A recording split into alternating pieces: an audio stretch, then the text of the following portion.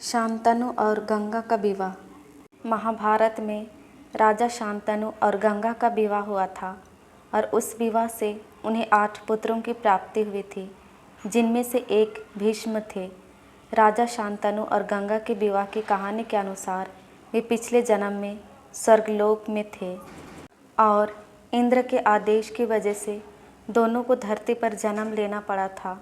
पुराने कर्मों की वजह से गंगा शांतनु के आगे प्रकट हुई और शांतनु उनसे प्रेम करने लगे और विवाह कर लिया। राजा भरत के 5 बेटे थे। जब वे बड़े हुए तो भरत ने उन सब पर विचार करने के बाद यह निष्कर्ष निकाला कि वे अच्छे राजा नहीं बन सकते। पहली बार किसी राजा ने ऐसी समझदारी की बात की थी कि सिर्फ राजा का बेटा होना राजा बनने के लिए काफ़ी नहीं है। उन्होंने यह तय किया कि सिर्फ राजा के घर पैदा होने से कोई राजा बनने के योग्य नहीं हो जाता। उनकी इस बात को बहुत महत्व दिया गया, क्योंकि पहली बार दुनिया में राजा का चुनाव जन्म के आधार पर नहीं, गुणों के आधार पर हो रहा था। यह भी एक वजह है कि उनके नाम पर इस देश का नाम रखा गया। भारत अपने मानसिक संतुलन, निष्पक्षता और सबको साथ लेकर चलने, सबको समाहित करने की भावना के लिए प्रसिद्ध थे। उन्होंने अपने बच्चों को ही राजा बनाने के योग्य नहीं समझा और एक योग्य राजा की तलाश में लग गए। उन्होंने बृहस्पति के नाजायज पुत्र विरत, जो बृहस्पति के भाई की पत्नी ममता से पैदा हुआ था, को अपना उत्तराधिकारी चुना। बृहस्पति ने ममता के साथ जबरन संबंध स्थापित किया था, जिसका मतलब है कि विरत बलात्कार का नतीजा था। इस युवक को भारत ने राजा के रूप में चुना। विरत एक महान राजा साबित हुआ और उसने बहुत बुद्धिमानी के साथ राज किया। विरत के 14 पीढ़ी बाद शांतनु हुए। शांतनु पांडवों और कौरवों के परदादा थे। पिछले जन्म में उनका नाम महाभिषक था। वह पूर्ण सिद्ध होकर देवलोक चले गए थे। एक दिन जब वह इंद्र के दरबार में अपने स्थान पर बैठे थे, तभी देवी गंगा वहां आई। वह पल भर के लिए बेखबर हुई तो उनका पल्लू गिर गया और अनजाने में उनके शरीर का ऊपरी भाग नग्न हो गया। उन दिनों की आचार संहिता के मुताबिक सभी पुरुषों ने अपनी आंखें नीची कर ली, जबकि महाभिषक जो देवलोक में नए थे उन्हें घूरते रहे। इस अनुचित आचरण और असभ्यता को देखकर इंद्र ने महाभिषक से कहा, तुम देवलोक में रहने के अयोग्य हो। तुम्हें वापस जाकर फिर से इंसान के रूप में जन्म लेना होगा। फिर उन्होंने गंगा को देखा तो ध्यान दिया कि वह तवज्जो मिलने का आनंद उठाते हुए प्रतीत हो रही थी। इंद्र ने गंगा से कहा, यह पूरी तरह अनुचित है। तुम्हें भी वापस जाकर एक इंसान के रूप में जन्म लेना होगा। तुम्हें इंसान की सारी पीड़ा और सुखों को भोगना होगा। जब तुम अहंकार से मुक्त हो जाओगे तब तुम वापस आ सकते हो। महाभिषक का शांतनु के रूप में पुनर्जन्म हुआ। किसी समय वह गंगा से मिले। उन्हें अपना पिछला जन्म याद नहीं था, मगर गंगा को याद था। गंगा ने उन्हें अपनी ओर आकर्षित करने की कोशिश की, मगर राजा होने के कारण वह इधर उधर भटक रहे थे। शांतनु एक अच्छे शिकारी थे। जब वह शिकार पर जाते तो उसमें इतने खो जाते कि शिकार उनके लिए पूजा बन जाता। एक बार कई हफ्तों तक वे गंगा के तट पर शिकार करते रहे और शिकार में पूरी तरह खोए रहे। नदी पास से ही बह रही थी, मगर वह मछुआरे नहीं, एक शिकारी थे। उनका ध्यान शिकार पर रहता था। उन्होंने नदी पर कोई ध्यान नहीं दिया। गंगा इंतजार करती रही।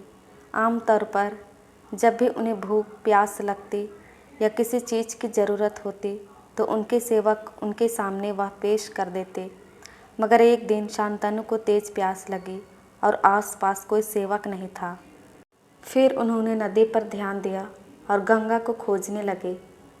गंगा नदी से स्त्री रूप में प्रकट हुई। जैसे ही शांतनु ने गंगा को देखा, वह एक बार फिर प्रेम में पड़ गए। उन्होंने गंगा से विवाह करने की विनती की। गंगा तैयार हो गई, पर गंगा ने एक शर्त रखी, मैं आपसे शादी करूंगी, पर चाहे मैं कुछ भी करूं, आप कभी मुझसे ये नहीं पूछेंगे कि मैं वैसा क्यों कर रही हूँ।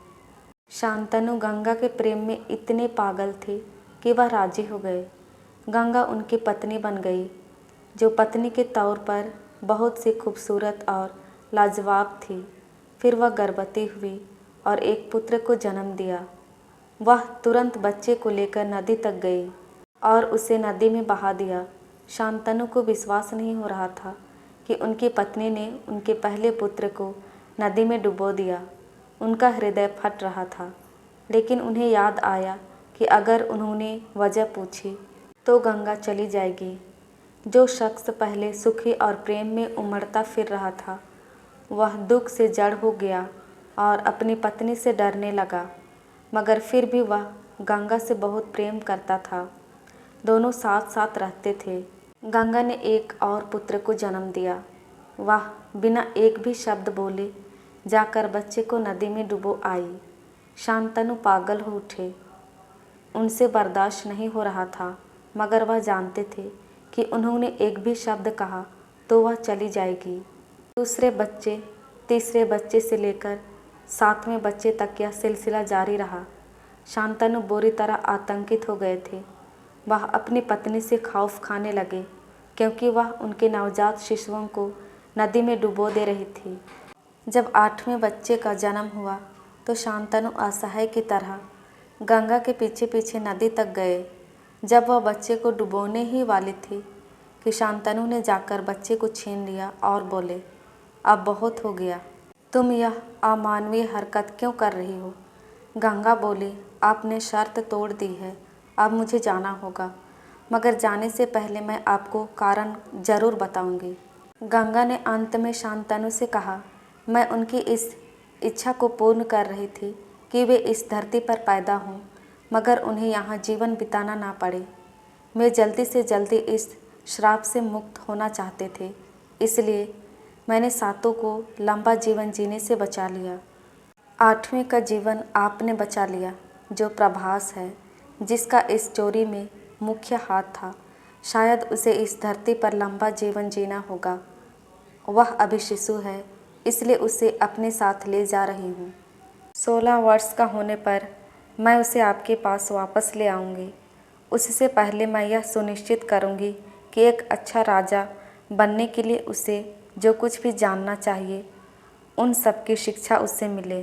गंगा बच्चे को लेकर चली गई। शांतनु उदासीन और खोए हुए रहने लगे। वह राज्य में दिलचस्पी खो बैठे। कभी महान राजा रहा इंसान एक निराश और हताश व्यक्ति बन गया था। वह निराश में इधर उधर भटकने लगे। उन्हें समझ नहीं आ रहा था कि वह क्या करे। 16 साल गुजर गए। गंगा ने उन दोनों के पुत्र देवव्रत को लाकर शांतनु को सौंप दिया। देवव्रत ने खुद परशुराम से तीरंदाजी सीखी थी और बृहस्पति से वेदों का ज्ञान प्राप्त किया था। उसने सबसे काबिल गुरुओं से हर चीज़ की शिक्षा प्राप्त की थी और अब वह राजा बनने के लिए तैयार था। जब शांतनु ने इस भरे पूरे युवक को देखा जो बड़ी जिम्मेदारियां संभालने के लिए तैयार था, तो उनकी निराशा दूर हो गई और उन्होंने बहुत प्यार और उत्साह से अपने बेटे को अपनाया। उन्होंने देवव्रत को युवराज यानी भावी राजा बना दिया। देवव्रत ने बहुत अच्छे से राजपाट संभाल लिया। शांतनु फिर से स्वतंत्र और प्रसन्न हो गए। वह फिर से शिकार पर जाने लगे और फिर प्रेम में पड़ गए। दोस्तों, शांतनु और गंगा का विवाह कथा आपको कैसी लगी? प्लीज़ कमेंट करके अपनी राय ज़रूर दीजिएगा।